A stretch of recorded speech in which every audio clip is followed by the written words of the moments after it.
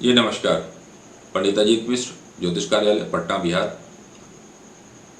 एक शाखा, देवघर, झारखंड में भी। आज का विषय है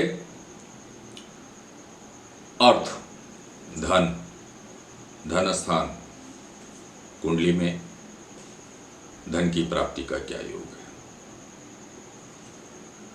धन स्थान को देखने के लिए या आर्थिक सुदृढ़ता को देखने के लिए द्वितीय भाव और अष्टम भाव की विवेचना, संग संग एकादश भाव का योग,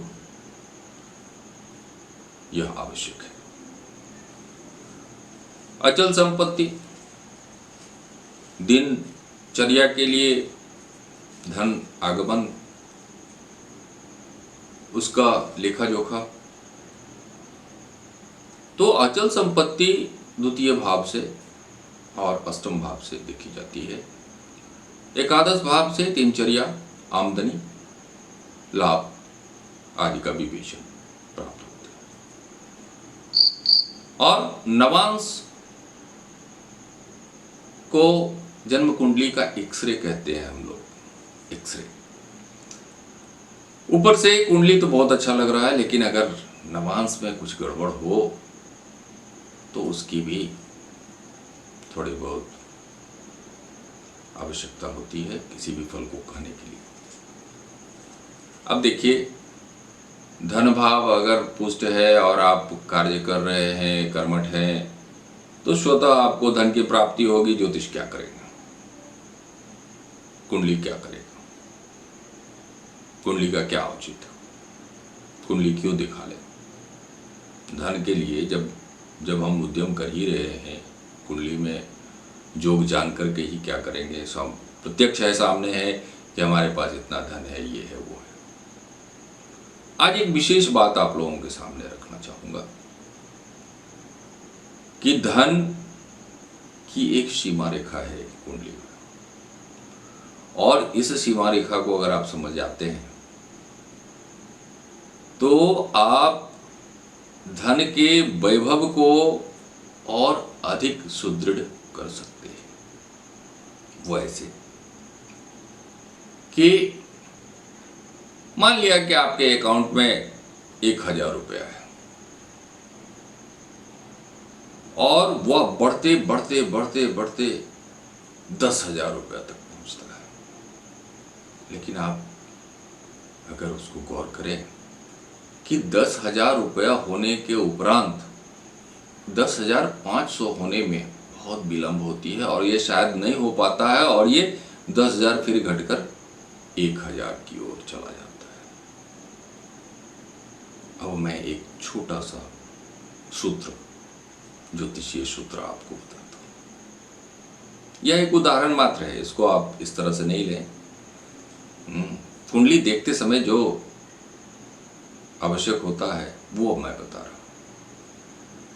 तो जब 10,000 रुपया आपके अकाउंट में या उस लायक धन की अनुभूति आपको हो जाती है, तो आप उसे क्या करें। तो आप उस 10,000 में संतुष्ट होकर अपने कार्य को और अपने सुख के लिए, अपने परिवार के लिए, अपने समाज के लिए, अपने देश के लिए उसको खर्च करें, और आप देखेंगे कि कुछ ही दिनों में फिर वो 10,000 हो जाएगा। अर्थदान करें, दान पुण्य करें, समाज के लिए, देश के लिए, परिवार के लिए, तो इससे आपकी प्रतिष्ठा की वृद्धि होगी, और वो फिर 10,000 कुछ ही दिनों में वह 10,000 तक आपके पास पहुंच जाएगा। इसमें कहीं कोई दो मत नहीं। लेकिन आप सतत प्रयासरत अगर रहेंगे कि यह 10,000 से हम 11,000 बना लें, तो बंधु यह परिकल्पना मात्र रहेगी। 10,000 10 रुपया हो जाए, 10,000 5 रुपया हो जाए, लेकिन बड़ी कठिनाई से आप 11,000 तक पहुंचेंगे, और वो फिर धराशायी होकर 1,000 के आसपास पहुंच जाएगा। तो मेरा ये कहना है कि यदि हम आपको ये बताएं कि कुंडली में धन स्थान कितने सुदृढ़ है और कहां तक आपको लेकर जा सकता है और उसको किस प्रकार आप खर्च करें। इसी संदर्भ में एक बात याद आ रही है कि सुख की परिभाषा में युधिष्ठिर के प्रश्न को